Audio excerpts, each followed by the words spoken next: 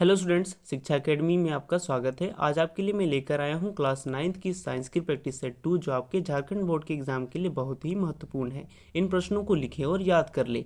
अगर आप इस चैनल में नए हैं तो चैनल को शेयर एंड सब्सक्राइब जरूर करें। तो चलिए बढ़ते हैं पहले प्रश्न की ओर। पहले प्रश्न में पूछा जा रहा है कि पदार्थ के कण होते हैं देखने योग्य, छोटे, सूक्ष्म या फिर बड़े आकार के। तो पदार्थ के कण कैसे होते हैं? तो इस प्रश्न का सही उत्तर होगा विकल्प सी, सूक्ष्म।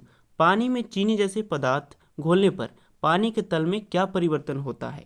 वृद्धि होता है, घटता है, कोई परिवर्तन नहीं होता, या फिर पहले से दोगुना हो जाता है? तो इस प्रश्न का सही उत्तर होगा विकल्प सी, कोई परिवर्तन नहीं होता। तो चलिए बढ़ते हैं अगले प्रश्न में। तीसरे प्रश्न में पूछा जा रहा है कि निम्नलिखित में से कौन पदार्थ नहीं है? जल, ईर्ष्या, गंध या फिर इत्र की सुगंध? तो इस प्रश्न का सही उत्तर होगा विकल्प बी, ईर्ष्या। अगले प्रश्न में पूछा जा रहा है समुद्र का जल एक यौगिक है, मिश्रण है, निलंबन है या फिर विलयन है? तो इस प्रश्न का सही उत्तर होगा विकल्प बी, मिश्रण है। तो चलिए बढ़ते हैं अगले प्रश्न में। पांचवें प्रश्न में पूछा जा रहा है कि विलयन में प्रकाश का मार्ग दिखाई देता है, दिखाई नहीं देता है, धुंधला दिखाई देता है या फिर कभी दिखाई देता है और कभी दिखाई नहीं देता? तो इस प्रश्न का सही उत्तर होगा विकल्प बी, दिखाई नहीं देता। छठे प्रश्न में पूछा रहा है दिए गए निश्चित ताप पर यदि विलयन में विलय पदार्थ नहीं घुलता है तो इसे कहते हैं संतृप्त विलयन, अति संतृप्त विलयन, असंतृप्त विलयन या फिर सामान्य विलयन? तो इस प्रश्न का सही उत्तर होगा विकल्प ए, संतृप्त विलयन। तो चलिए बढ़ते हैं अगले प्रश्न में।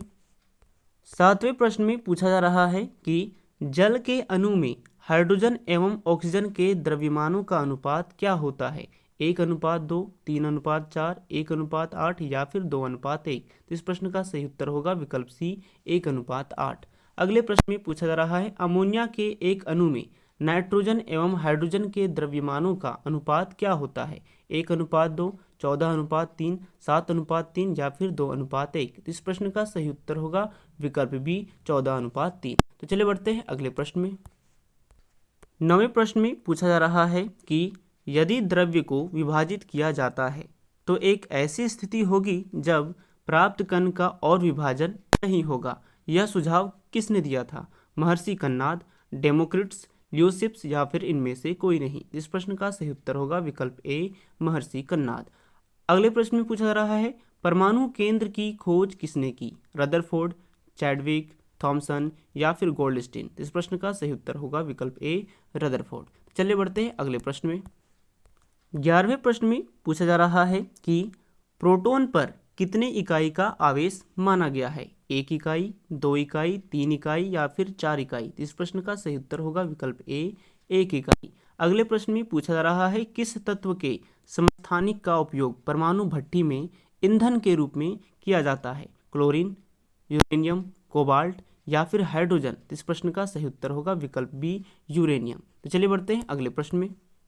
13वें प्रश्न में पूछा जा रहा है कि कोशिका द्रव्य में पाए जाने वाले अनियमित नलिकाओं के जाल को क्या कहते हैं? राइबोसोम, अंतर्द्रव्य जालिका, हरित लवक या फिर गोल्जी उपकरण? तो इस प्रश्न का सही उत्तर होगा विकल्प बी, अंतर्द्रव्य जालिका।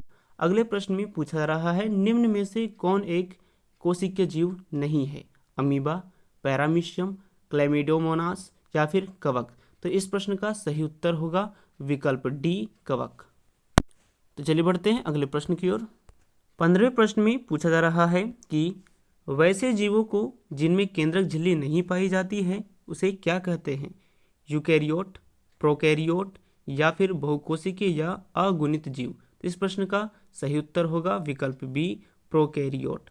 अगले प्रश्न में पूछा जा रहा है सबसे अधिक पाया जाने वाला सरल स्थायी ऊतक क्या है? पैरेन्काइमा, कोलेनकाइमा, स्क्लेरेन्काइमा या फिर जाइलम? तो इस प्रश्न का सही उत्तर होगा विकल्प ए, पैरेन्काइमा। तो चलिए बढ़ते हैं अगले प्रश्न में। 17वें प्रश्न में पूछा जा रहा है कि कौन सा ऊतक पौधे को कठोर एवं मजबूत बनाता है? पैरेन्काइमा, कोलेनकाइमा, फ्लोएम या फिर स्क्लेरेन्काइमा? तो इस प्रश्न का सही उत्तर होगा विकल्प डी, स्क्लेरेन्काइमा। अगले प्रश्न में पूछा जा रहा है डायएटम प्रोटोजोआ, शैवाल आदि किस वर्ग के जीव है? मोनेरा, प्रोटिस्टा, फंजाई या फिर प्लांटी? तो इस प्रश्न का सही उत्तर होगा विकल्प बी, प्रोटिस्टा। चलिए बढ़ते हैं अगले प्रश्न में। 19वें प्रश्न में पूछा जा रहा है कि किस वर्ग के जीवों की कोशिका भित्ति में काइटिन नामक पदार्थ पाया जाता है? मोनेरा, प्रोटिस्टा, प्लांटी या फिर फंजाई। इस प्रश्न का सही उत्तर होगा विकल्प डी, फंजाई। अगले प्रश्न में पूछा जा रहा है चाल का मात्रक क्या होता है? मीटर, सेकंड, मीटर प्रति सेकंड या फिर कोई मात्रक नहीं होता। तो इस प्रश्न का सही उत्तर होगा विकल्प सी, मीटर प्रति सेकंड। चलिए बढ़ते हैं अगले प्रश्न में। 21वें प्रश्न में पूछा जा रहा है कि गाड़ी का ओडोमीटर क्या मापता है? दूरी, चाल, वेग या फिर समय। तो इस प्रश्न का सही उत्तर होगा विकल्प ए, दूरी। अगले प्रश्न में पूछा रहा है न्यूटन का गति का पहला नियम किससे संबंधित है?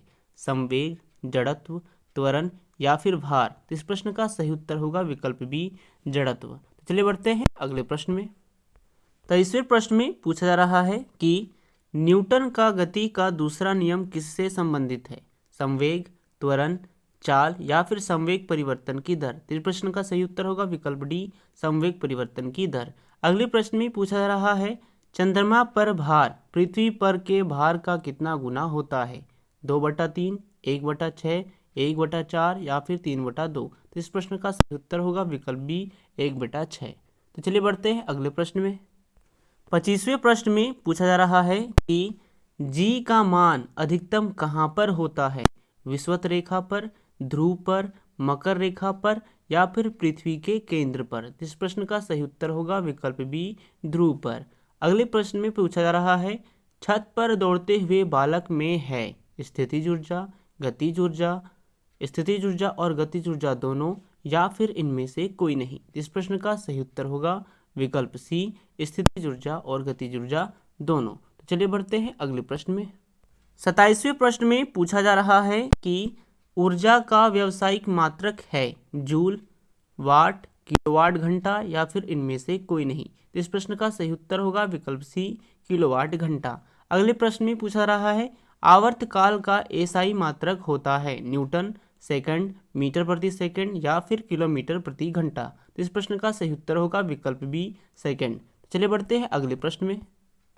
29वें प्रश्न में पूछा जा रहा है कि सोनार का पूर्ण रूप क्या है?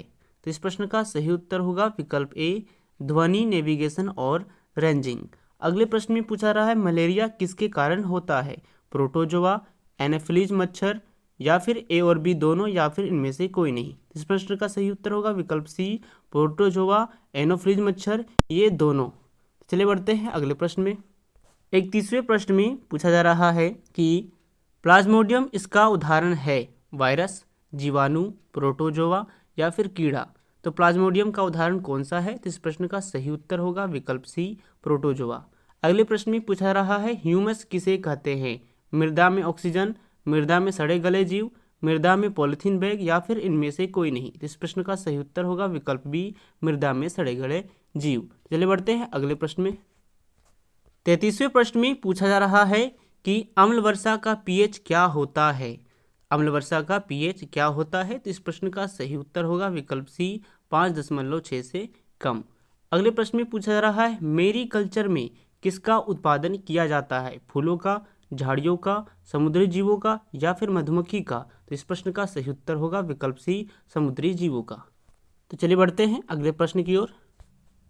35वें प्रश्न में पूछा जा रहा है कि निम्नलिखित में से कौन कार्बोहाइड्रेट का स्रोत नहीं है? चावल, मक्का, ज्वार या फिर चना। तो इस प्रश्न का सही उत्तर होगा विकल्प डी, चना। यदि यह वीडियो अच्छा लगा हो तो वीडियो को लाइक करें और चैनल को सब्सक्राइब करें। तो फिर मिलते हैं नए प्रश्नों के साथ। धन्यवाद।